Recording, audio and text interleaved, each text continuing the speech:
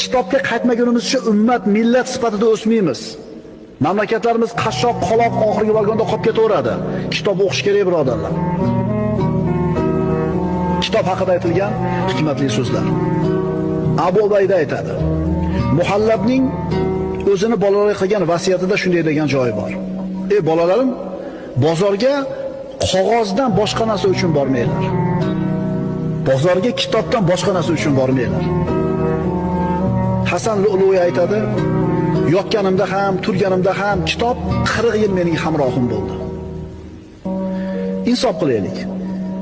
Avtobusda, samolyotda, aeroportda, vokzalda bir odam o'tirib kitob o'qiyotganini ko'rganinglarda havas qilasizlarmi? Qachon ko'rdinglar oxirgi marta? Mana shu bizda o'sha astronomiyada vokzalda o'tirib kitob o'qiganini, birodar.